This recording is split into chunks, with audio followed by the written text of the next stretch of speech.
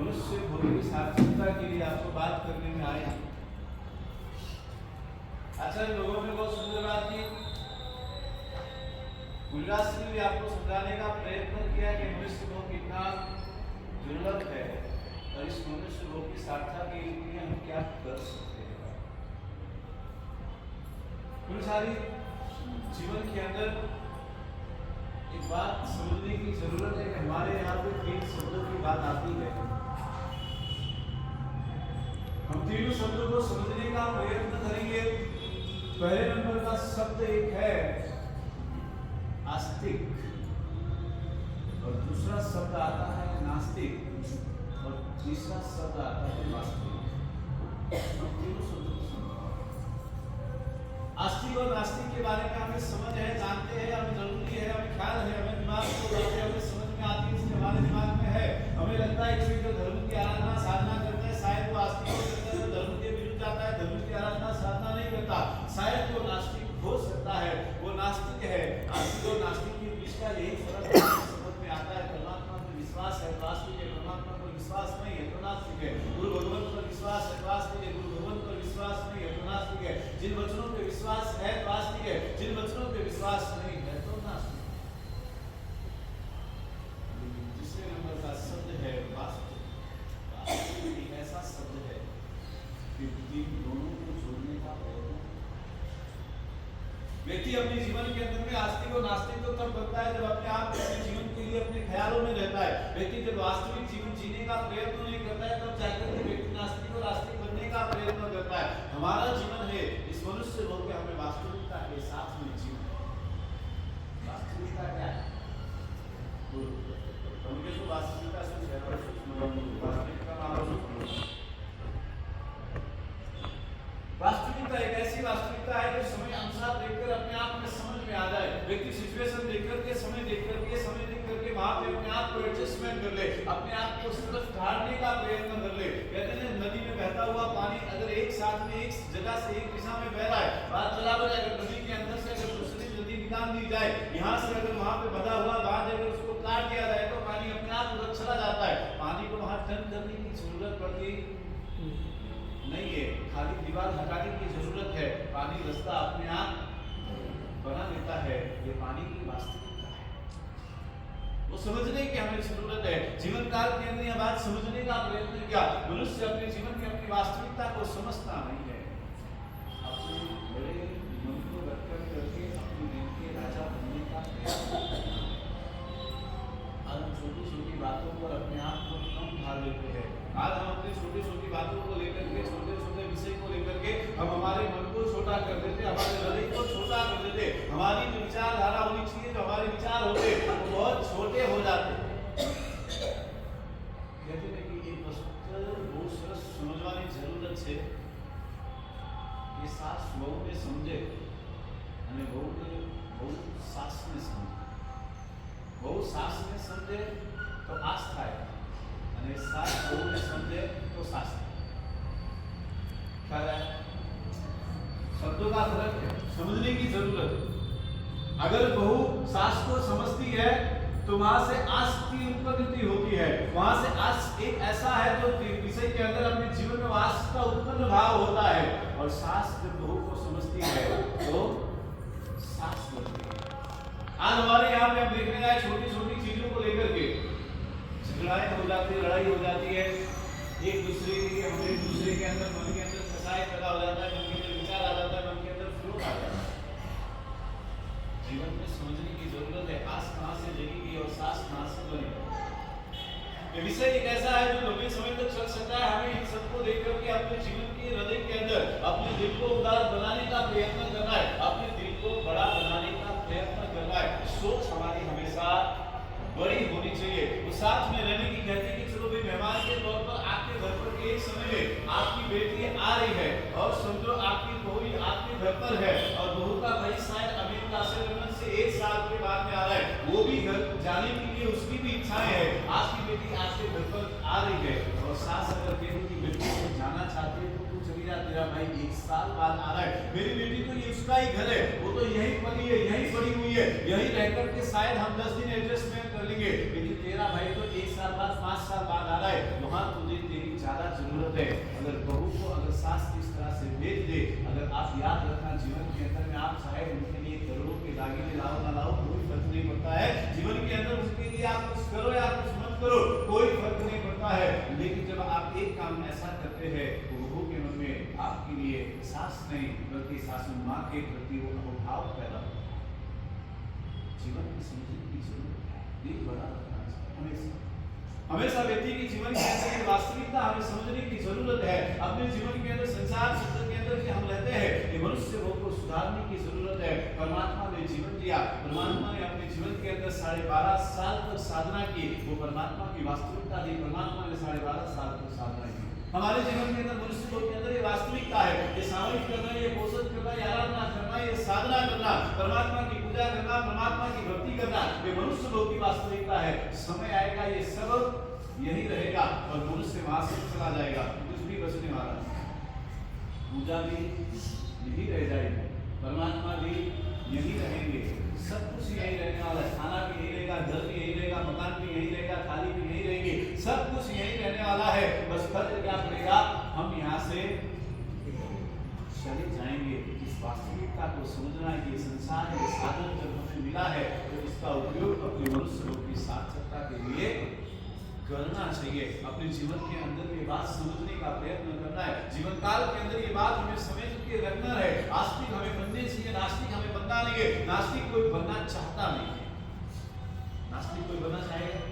बोल, आप नास्तिक बनना चाहेंगे कि आस्तिक बनना चाहेंगे?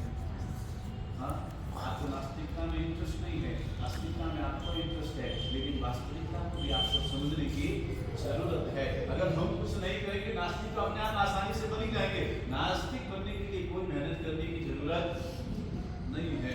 जरूरत आस्तिक बनने की हमें करने की जरूरत है। 3 शब्द और हम सोचने का विचार करें तो एक बात हमें समझने की जरूरत है। 3 शब्द संसार के लिए बहुत कॉमन है। पहले नंबर का एक शब्द ऐसा आता है, एक तो है शैतान और दूसरे नंबर का है इंसान और तीसरे नंबर का है। ये 3 शब्द कौन है? संसार में हर जगह हमें सुनने मिलते, देखने मिलते, समझने मिलते कि नहीं मिलते? आपने सोचा समझा है? आपने भी सुना है। आज एक बार नहीं 1000 बार सुनते हो, 100 बार हमने भी सुना है, 100 बार आपने भी सुना है। इन शब्दों को सुनकर के आपने अभी तक अपने आप में क्या रियलाइज किया है? आपने अपने जीवन के अंदर इसका क्या अनुभव किया है? कोई बता सकता है?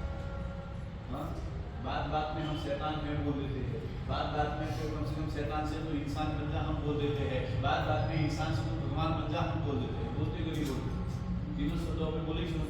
हाँ, तो फिर ध्यान में काफी से तीनों शब्द बोलिया हुए आपका 3 शब्द बोलने आसान है तो नहीं है, पर 3 शब्द में समझना आपने लोगों समझा दो उसका हमें ख्याल नहीं आता है। अभी तक इस बात को समझने का प्रयत्न नहीं करते। एक बात अगर विचार करने की जरूरत, 3 बात को हम समझेंगे कि एक व्यक्ति ऐसा है जो अपने आप में जो हमारा उसका भला करता है उसके साथ में भला करता है, और जो उसके साथ में बुरा करता है उसके साथ में बुरा करता है। दूसरे नंबर का व्यक्ति एक ऐसा है जो कहते हैं कि उसके साथ में जो अच्छा करता है उसके साथ में वो बुरा करता है। क्या करता है? बुरा करता है। और तीसरे नंबर का एक ऐसा व्यक्ति है कि उसके साथ में जो बुरा करता है उसके साथ में भी वो उसका भला करता है। क्या करता है? जो अच्छा करता है उसका भी वो अच्छा करता है। एक व्यक्ति ऐसा है जो उसके साथ में बुरा करे तो उसके साथ में बुरा, और अच्छा करे तो उसके साथ में अच्छा। एक ऐसा है जो अच्छा करता है उसके साथ में वो बुरा करता है, और तीसरे नंबर का ऐसा है कि जो अच्छा करता है जो उसके साथ में बुरा करता है उसके साथ में भी वो अच्छा करता है। अब आप सोचो ये तीनों में से आपका नंबर किसमें? बोल, हाँ सेवा जी बोलो, तुम्हारा नंबर आपने सेवा गणवा વિચારવું પડશે કે હજી વિચારવાનો સમય છે? હા, કહેવાય જો એક વાત સિમ્પલથી સમજવાની જરૂરત છે।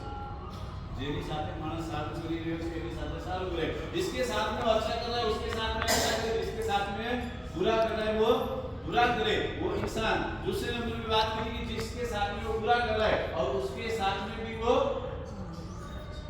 क्या करे? अच्छा करे, वो इंसान। और जिसने बुरा किया उसके साथ में भी अच्छा करे वो भगवान। આમાં ત્રણેયમાંથી શેમાં નંબર બોલ? જલ્દી બોલ, શેમાં જોવું છે?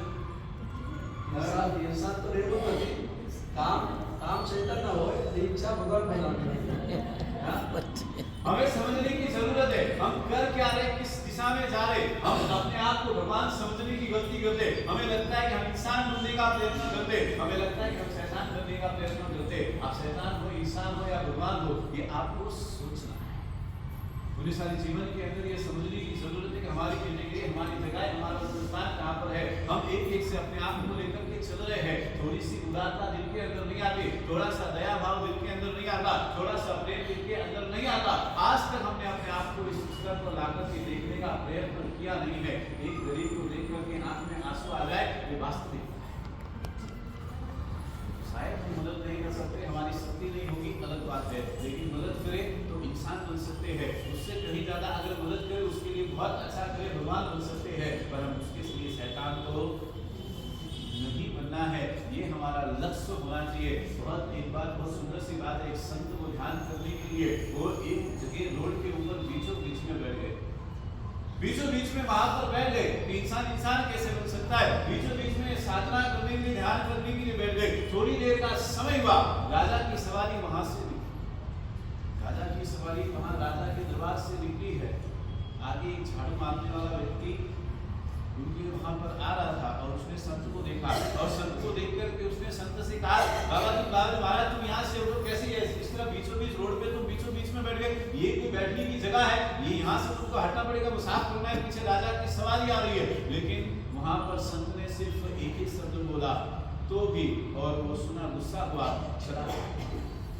थोड़ी देर के बाद में वहां से सैनिक का आना हुआ।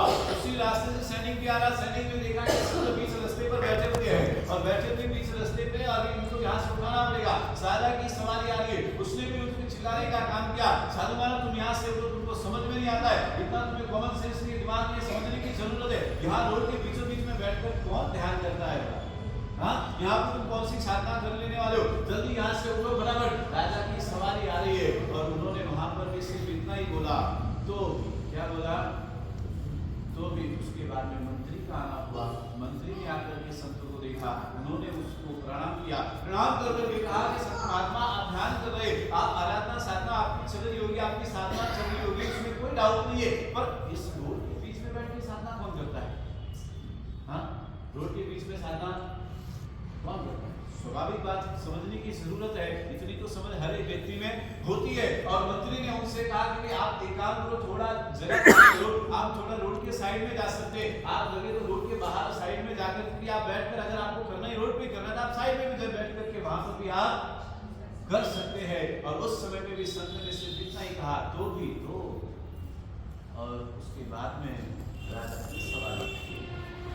राजा की सवारी आई। राजा ने आकर के देखा कि संत वहां पर बैठे हैं, साधना कर रहे हैं। राजा ने सवारी रुका दी, वहां अपने रथ से वो नीचे उतरे, रथ से नीचे आकर के संत को प्रणाम किया, और संत को आशीर्वाद करते हुए उसने संत को प्रणाम करके कहा। और इन सबने कहा कि भाई ये बीच में बैठे हुए आपकी सवारी कैसे निकलेगी, अभी जाने के लिए रेडी नहीं है। और उस समय पे राजा कोई बात नहीं है, उसमें कौन सी बड़ी बात है, वो उनकी साधना कर रहे हैं, उनकी साधना में डिस्टर्ब करना जरूरी नहीं है। जगह उचित हो या ना हो, व्यक्ति के अगर मन के भाव शुद्ध है तो साधना तो कहीं भी की जा सकती है। अपनी सवारी बीच से निकालना जरूरी नहीं है, अपनी सवारी अपन रोड के साइड से निकालेंगे। उन्होंने कहा महात्मा आप अपनी साधना में मस्त रहिए, मेरी वजह से आपके लिए जो भी दुविधा हुई, आपको मेरी वजह जो तकलीफ पड़ी, उसके लिए मैं क्षमा चाहता हूँ, मैं मेरी सवारी साइड से निकाल कर चला जाऊंगा। और उस समय में भी संत ने कहा, शब्द क्या है? शब्द में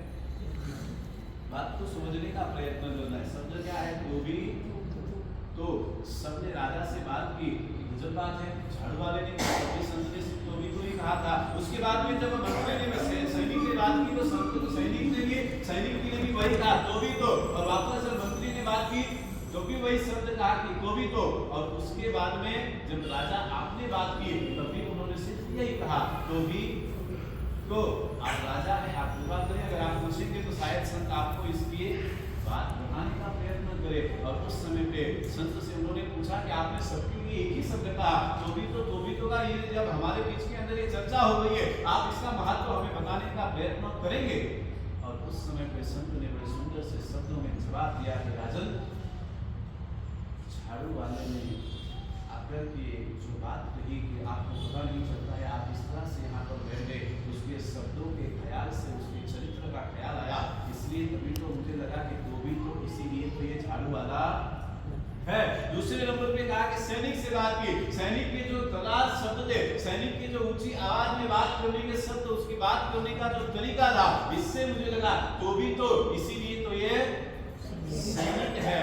मंत्री आया, मंत्री ने बात की, मंत्री के जो बात करने का तरीका था, उससे ये समझ में आया कि तो भी तो इसीलिए तो ये मंत्री है। लेकिन राजन आपने जो बात करने की बात की, आपने जिस तरीके से याचना की, जिस तरीके से आपने विनती की, और जिस तरह से आपने अपने दिल को बड़ा रख करके, अपने विचारों को बड़ा रख करके, अपनी सोच को उच्चतम और उच्चतम कोटि की रख करके जिस तरह से आपने बात की, इससे लगा तो भी तो इसीलिए तो ये राजा है। बात समझ में आई कि नहीं?